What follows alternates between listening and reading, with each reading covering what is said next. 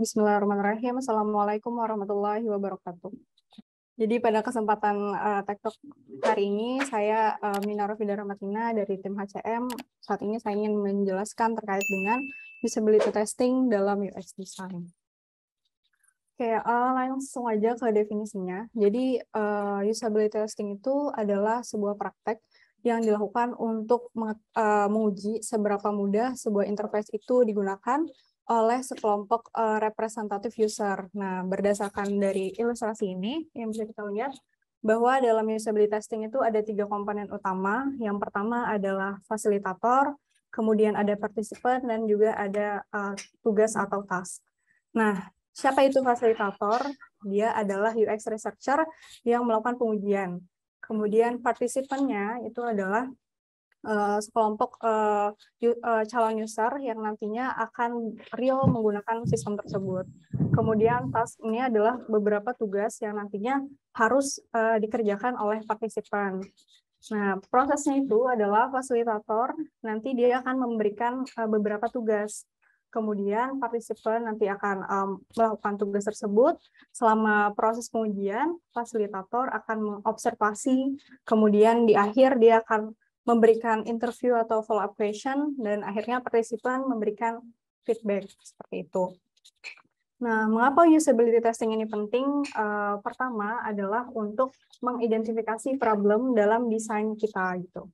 Kemudian yang kedua, dengan adanya testing ini, kita bisa mendapatkan kesempatan untuk melakukan improvement perubahan desain yang lebih baik lagi. Nah, kemudian yang ketiga adalah kita bisa mempelajari bagaimana behavior atau preferensi dari target user kita. Jadi, usability testing ini cukup penting untuk dilakukan. Kemudian, kapan waktu yang terbaik untuk melakukan usability testing? Untuk waktunya sendiri itu bisa dilakukan di beberapa tahapan. Misalnya pada tahapan desain, ketika prototipe itu sudah jadi, maka kita bisa mulai menguji dari sisi prototipenya dulu gitu. Artinya dari awalnya kita udah bisa menguji sisi prototipe. Kemudian kalau udah selesai development, nah kita bisa menguji sebelum launching, kita bisa menguji dulu ke beberapa calon user. Kemudian kalau bisa juga dilakukan saat evaluation. Evaluation itu seperti apa?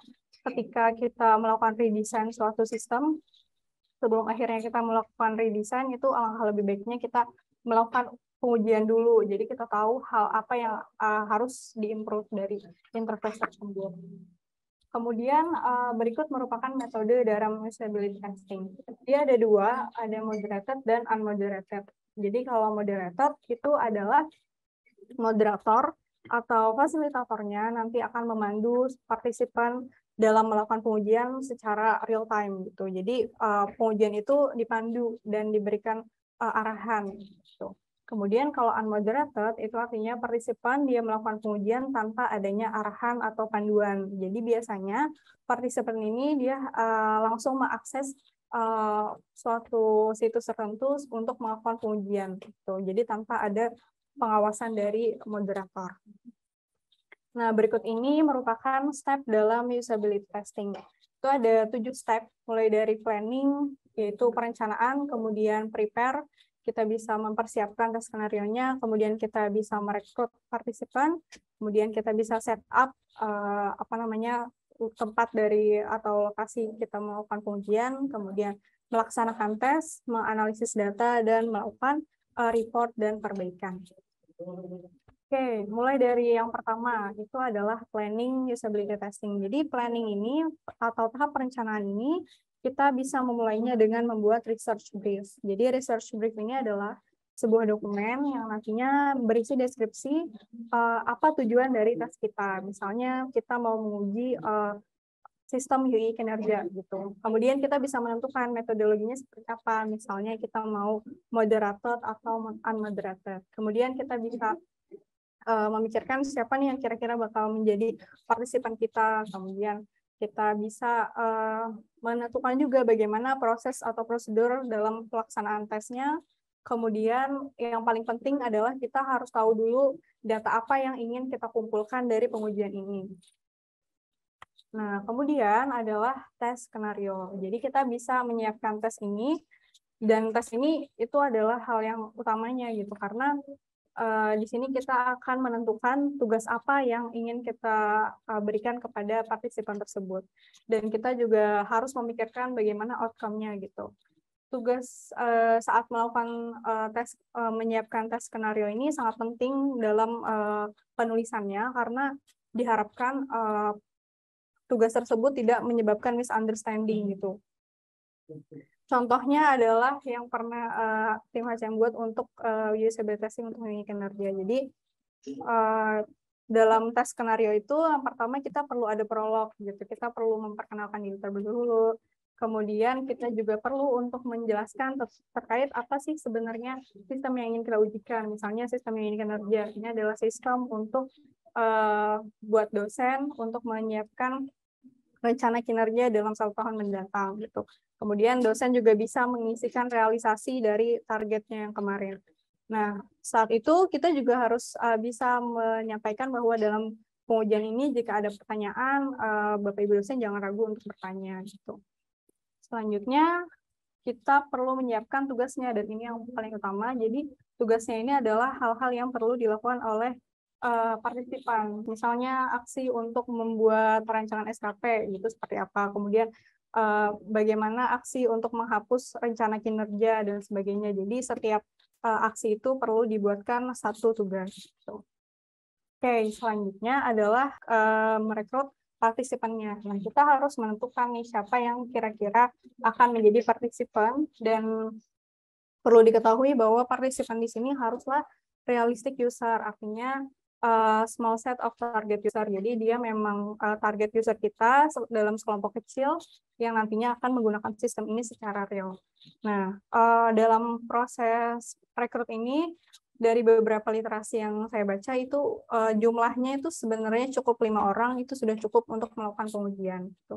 Dan saat udah menentukan kita perlu untuk mengundang mereka dan bisa melakukan janji untuk bisa memulai tes tersebut. Kemudian yang keempat adalah kita bisa set up environment-nya. Nah, untuk pengujian ini ada 2 jenis. Yang pertama adalah laboratory usability testing dan yang kedua adalah remote usability testing. Nah, kalau laboratory itu berarti partisipan dan fasilitator ini berada dalam satu lokasi yang sama. Jadi secara real time mereka melakukan pengujian. Kemudian kalau remote itu berarti partisipan dan fasilitatornya ini tidak berada dalam satu lokasi yang sama dan dalam artian partisipan ini bisa melakukan pengujian dimanapun dia berada. Kemudian kita bisa akhirnya memulai tesnya.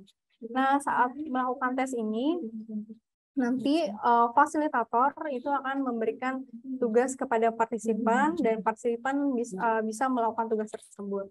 Nah, selama proses pengujian, fasilitator harus mengobservasi dari behavior dan bisa mendengarkan feedback dari partisipan.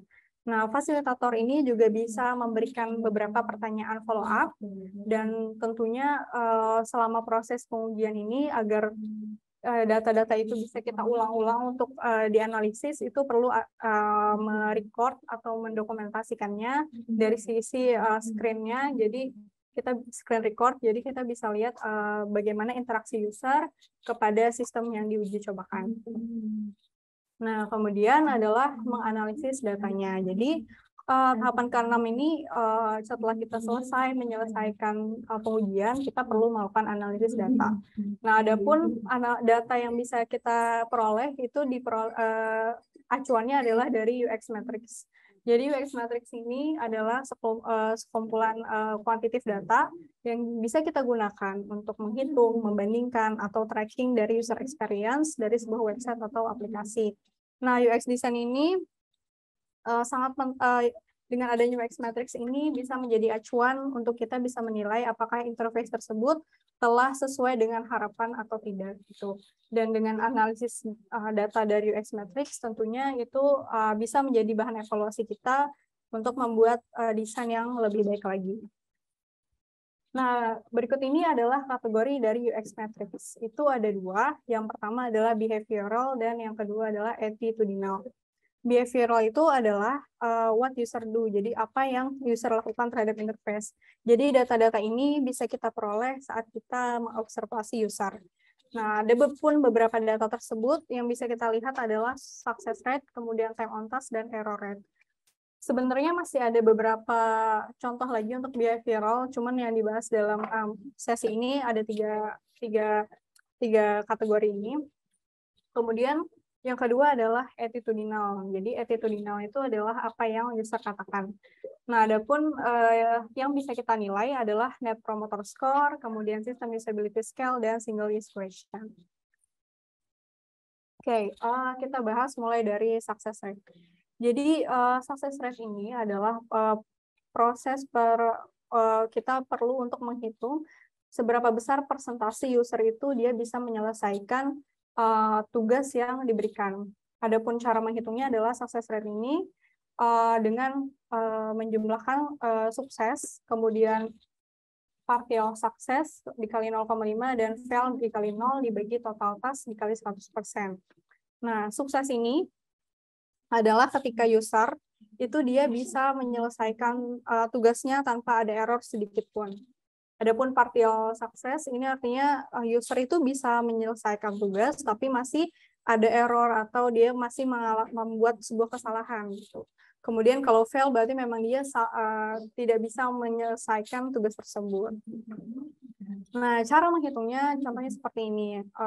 Sebenarnya ini masih data dummy, jadi misalnya dalam tabel ini itu ada 5 user, karena tadi direkomendasikan 5 user ya. Jadi ada user pertama sampai user kelima. Kemudian dia diberikan tugasnya ini ada 5, jadi task 1, task 2, task 3, sampai task 5. Kemudian user pertama, ketika dia mengerjakan tugas pertama, dia sukses gitu.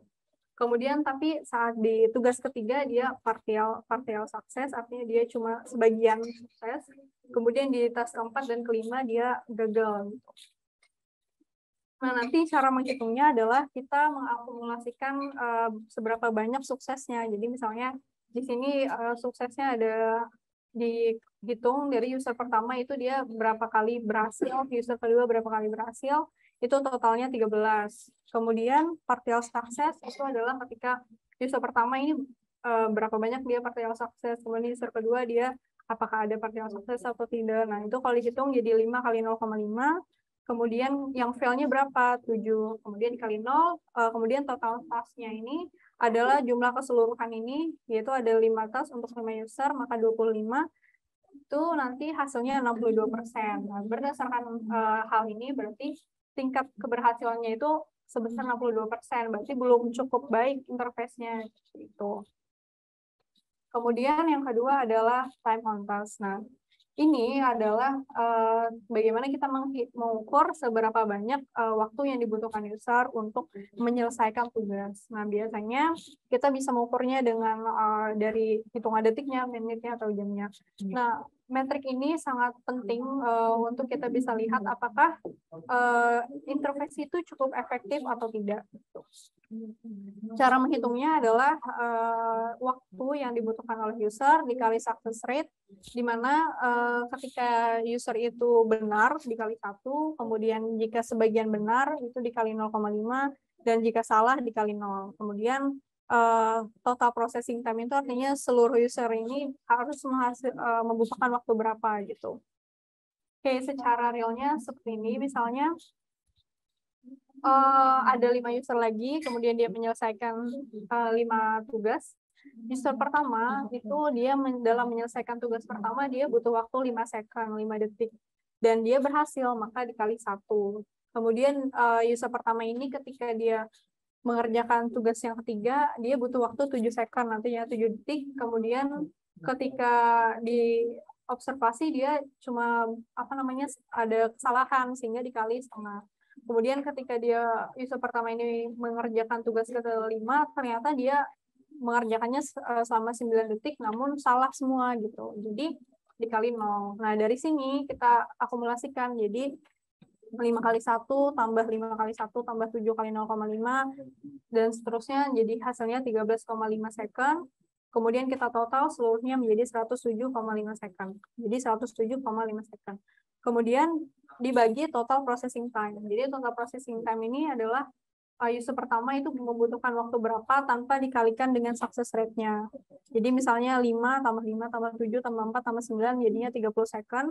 Nah, ini kita akumulasikan dan akhirnya hasilnya 58,7%. Nah, ini berarti menunjukkan bahwa tingkat efektivitas dari interface tersebut adalah sebesar 58,7%. Kemudian yang ketiga adalah error. Nah, error ini adalah di mana kita bisa menghitung persentase kesalahan user ketika dia menggunakan sistem. Jadi contohnya user itu dia salah ketika dia melakukan kesalahan dalam kesalahan klik, atau dia tidak berhasil dalam menyelesaikan tugas itu dan sebagainya. Dan error ini sangat penting untuk kita bisa menentukan isu apa yang ada dalam sistem tersebut, dan dengan error ini kita bisa tahu di bagian mana yang perlu kita perbaiki atau improve. Nah, error ini cara menghitungnya sebenarnya simpel, jadi kita hanya menghitung total dari percobaan yang melakukan kesalahan dibagi total percobaan keseluruhan. Jadi misalnya user pertama dia melakukan error berapa, user kedua dia melakukan error berapa, di user ketiga dia berapa kali melakukan error. Nah, itu diakumulasikan jadi misalnya di sini 14. Kemudian total percobaannya ini sebesar 135 dikali 100%, maka persentase kesalahannya adalah sebesar 10,37%. Gitu. Kemudian yang keempat, yang keempat ini sudah termasuk ke dalam attitudinal UX matrix, artinya UX matrix yang kita bisa hitung dari apa yang user katakan. Jadi sistem usability scale ini adalah ada sejumlah pertanyaan yang kita bisa tanyakan kepada user ketika dia telah menyelesaikan usability testing.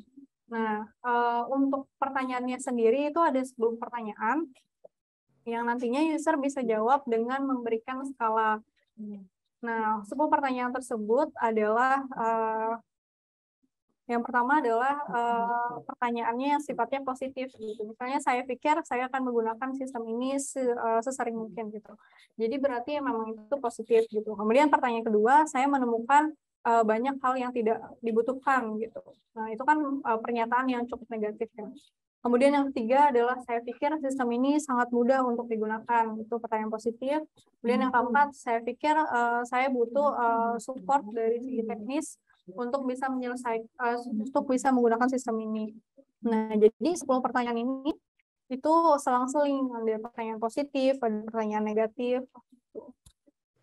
Dan jawaban user itu dia menggunakan skala. Jadi skala 5 itu berarti dia sangat setuju, kemudian kalau skala 1 berarti dia sangat tidak setuju. Kemudian nomor 3 itu netral. Kemudian dari SUS ini juga ada kategorinya. Jadi dari 0 sampai 40 itu kategorinya apa, 40 sampai 55 berapa gitu. Jadi dari sini kita bisa lihat seberapa acceptable-nya sistem tersebut, kemudian objektifnya seperti apa, apakah dia excellent atau poor gitu. Kemudian grade-nya kita bisa tentukan apakah dia A, B, C, atau D gitu. Nah, cara menghitungnya tadi seperti ini. Jadi misalnya ada 10 pertanyaan, kemudian ada 5 user. Nah, user pertama ini dia menjawab pertanyaan pertama dengan skalanya 5, berarti dia strongly agree. Jadi di sini 5 gitu. Kemudian di pertanyaan kedua kan pertanyaan negatif. Misalkan pertanyaan negatif dia bilangnya sangat tidak setuju gitu kan. Jadi dia skalanya 1 gitu. Dan seterusnya. Nah, cara menghitungnya lagi itu adalah setiap pertanyaan yang nomor ganjil itu hasilnya itu dikurangi 1. Jadi misalnya 5 kurang 1, 4. Tapi kalau pertanyaan genap itu 5 dikurang hasil jawaban. Jadi 5 dikurang 1, 4 gitu. Kemudian kita akumulasikan, kita total hasilnya 36, kemudian dikali 2,5, 94. Nah, ini kita total lagi sebesar 441,5.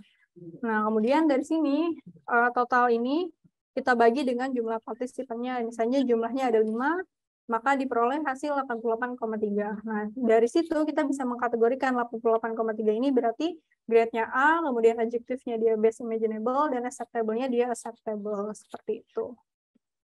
Kemudian ada Net Promoter Score. Nah, jadi Net Promoter Score ini adalah suatu survei yang cukup simpel, karena kita cukup menanyakan kepada usernya, dari 1 sampai 10 kira-kira kamu merekomendasikan produk ini atau enggak gitu kan. Nah, dari situ kita bisa tahu misalnya dia bilang 10 berarti sistem ini cukup direkomendasikan gitu. Tapi kalau misalnya dia bilang 4 berarti tidak direkomendasikan gitu. Dan cara menghitungnya simpel. Jadi kita bisa menghitung persentase user yang dia merekomendasikan sistem dengan yang tidak. Dan kita peroleh persentasenya. Jadi Net Promoter Score ini cukup cepat untuk bisa dihitung. Kemudian kalau yang keenam itu adalah single equation. Yang terakhir itu adalah di sini ada 7 skala yang kita bisa hitung untuk melihat seberapa mudah atau seberapa sulit dari sistem itu digunakan. Cara menghitungnya itu pertanyaannya sendiri itu adalah dari skala 1 sampai 7 dan 1 itu sangat sulit, sementara 7 itu sangat mudah. Nah, kira-kira seberapa susah tugas ini untuk diselesaikan. Jadi misalnya dia bilang 7 ya berarti tugasnya itu sangat mudah untuk dilaksanakan. Tapi kalau misalnya 1 berarti sangat sulit. Nah, kemudian kita bisa follow up lagi. Kenapa gitu kan? Why? Jadi misalnya step pertama dibilang 5 gitu. Kenapa? Karena buttonnya terlalu kecil. Kemudian user kedua bilang 2 gitu. Kenapa? Karena saya tidak memahami teksnya. Jadi bisa aja UX writing-nya kurang baik gitu dan sebagainya, dan ini bisa jadi bahan evaluasi. Kemudian kita bisa nih compare dari SAQ ini untuk pengujian pertama berapa, pengujian kedua berapa, pengujian ketiga berapa. Jadi kita bisa lihat apakah meningkat atau kurang gitu. Dan yang terakhir adalah setelah kita selesai melakukan pengujian tersebut, akhirnya kita mendapatkan beberapa poin-poin penting untuk melakukan improvement. Jadi kita bisa melakukan report dan fixes.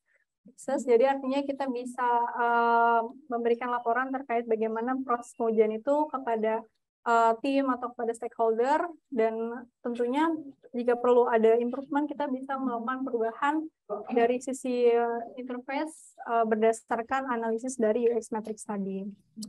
Baik, sekian yang bisa saya sampaikan. Terima kasih atas perhatiannya. Wassalamualaikum warahmatullahi wabarakatuh.